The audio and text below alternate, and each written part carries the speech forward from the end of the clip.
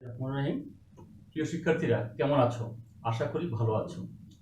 পূর্বের ক্লাসে আমি একাদশ দ্বাদশ শ্রেণীর পদার্থবিজ্ঞান দ্বিতীয় পত্রের ষষ্ঠ অধ্যায় নিয়ে আলোচনা করেছিলাম। নিশ্চয়ই মনে আছে, আমরা সেখানে আলোক যন্ত্র নিয়ে আলোচনা করেছি।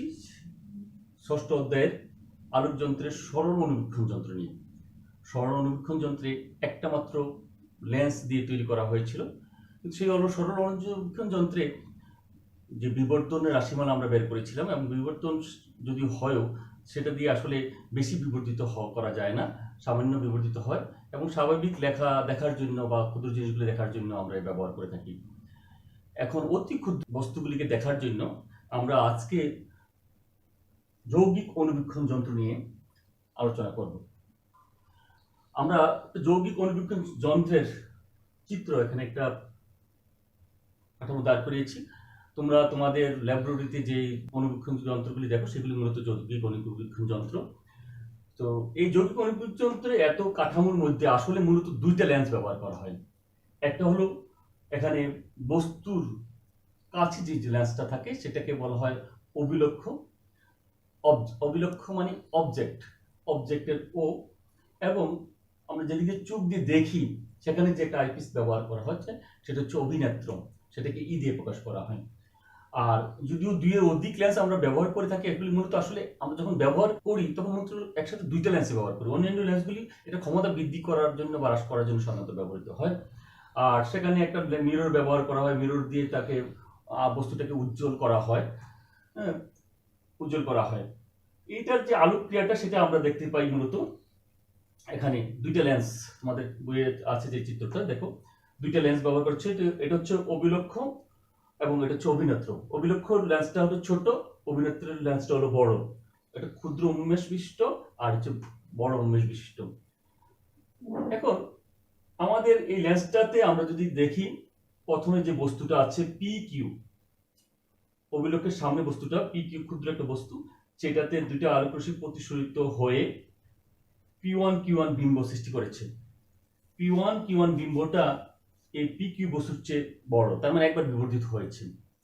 এই বিম্বটা অভিনেত্রের ফোকাস দূরত্বের মধ্যে অবস্থিত হয়, ফলে এই বিম্বটা অভিনেত্রের ক্ষেত্রে বস্তু হিসাবে কাজ করে।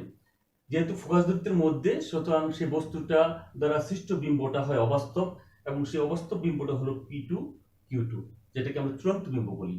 তাহলে এখানে বিবর্ধন আসলে দুইভাবে হয়েছে, একটা হচ্ছে প্রথম লেন্স দ্বারা বিবর্ধন, দ্বিতীয় লেন্স দ্বারা বিবর্ধন। কিন্তু আমরা জানি বিবর্ধন হচ্ছে বিম্বের আকার বাই বস্তুর আকার, বিম্বের আকার বাই বস্তুর আকার। তাহলে আমরা এই ক্ষেত্রে আমরা যে বিবর্ধন লিখব, বিবর্ধন হচ্ছে চূড়ান্ত বিম্বের আকার ডিভাইডেড বাই লক্ষ্য বস্তুর আকার। তাহলে চূড়ান্ত বিম্বের আকারটাকে আমরা দেখিয়েছি আমরা কত, P2Q2, আর বস্তুর আকার হচ্ছে PQ। এখন আমরা এটাকে যদি লিখি P1Q1 divided by PQ,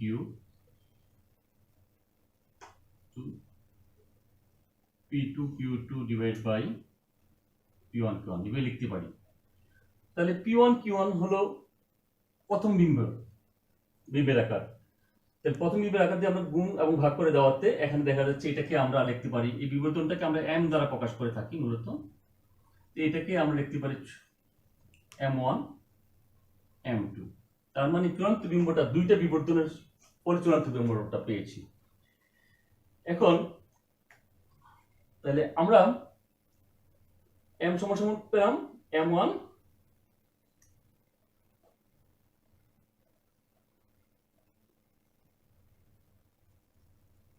M2। আমরা লেন্সের যে সমীকরণটা আছে সেটাতে আমরা জানি 1/v plus 1/u equal to কত, 1/f। তাহলে আমরা লিখতে পারি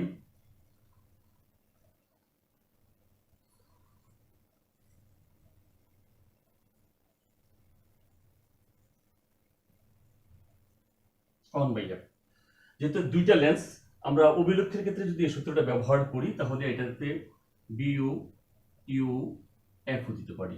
কারণ আমরা এটার ফোকাস দূরত্বকে আমরা এফ এবং এটার ফোকাস দূরত্বটাকে আমরা এফ হিসাবে ব্যবহার করছি। এফ যদি হয়, এখন তাহলে এটাকে আমরা যদি উপপক্ষে বিউ দ্বারা গুণ করি তাহলে তারা 1 plus v by u equal to v by f. এখন এইটাকে আমরা এই পাশে নিয়ে এটাকে যদি এই পাশে নিয়ে আসি এবং তারপর পক্ষান্তর করলে যেটা দাঁড়ায় minus v by u equal to 1 minus v by f. এটা বলা হয় বিবর্ধন। তাহলে আমরা বিবর্ধন m সমান সমান পেতে পারি, m1 সমান পেতে পারি, সুতরাং m1 equal to minus v by u অথবা 1 মাইনাস বিউ বাই এফ। প্রথম লেন্সের ক্ষেত্রে যেটা আমরা পেলাম বিবর্ধন, তাহলে m1 সমান এটাও বিবর্ধন, এটাও কিন্তু বিবর্ধন রাশিমালা। এবং দ্বিতীয় লেন্সের ক্ষেত্রে একইভাবে আমরা দ্বিতীয় লেন্সের ক্ষেত্রে যদি আমরা ব্যবহার করি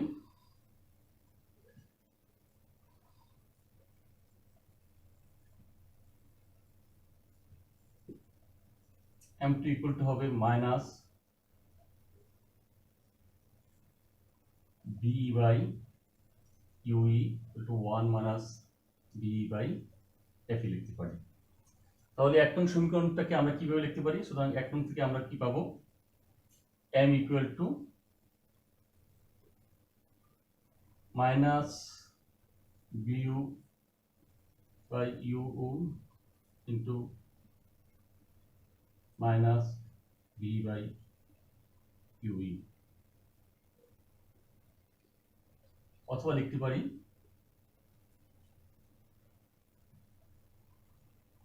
1 minus v by f into 1 minus v by f. এটাকে আমরা না লিখে এটাকে আবার এইভাবে লিখতে পারি। সুতরাং m equal to minus v by u into 1 minus v by f. যেহেতু চূড়ান্ত বিম্বটা আমরা দেখছি অবাস্তব এবং এটাকে স্পষ্ট দর্শনের নিকট বিন্দুতে স্থাপন করা হয়, ফলে এই মাইনাস বি বাই বিটাকে আমরা লিখতে পারি প্লাস ডি।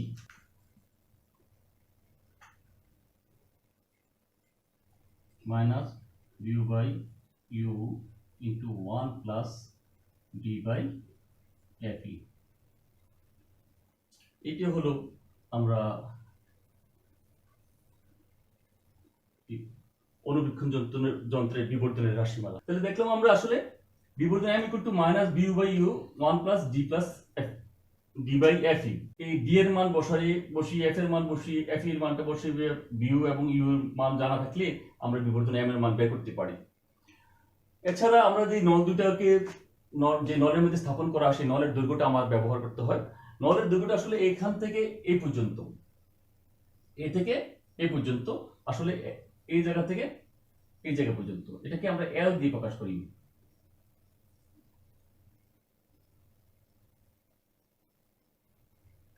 এল, তাহলে এলটা আসলে দেখো আমরা যদি এখানে দেখি বিউ প্লাস ইউ যোগ করলেই এল পাওয়া যায়। তাহলে নলের দৈর্ঘ্যটা দাঁড়াবে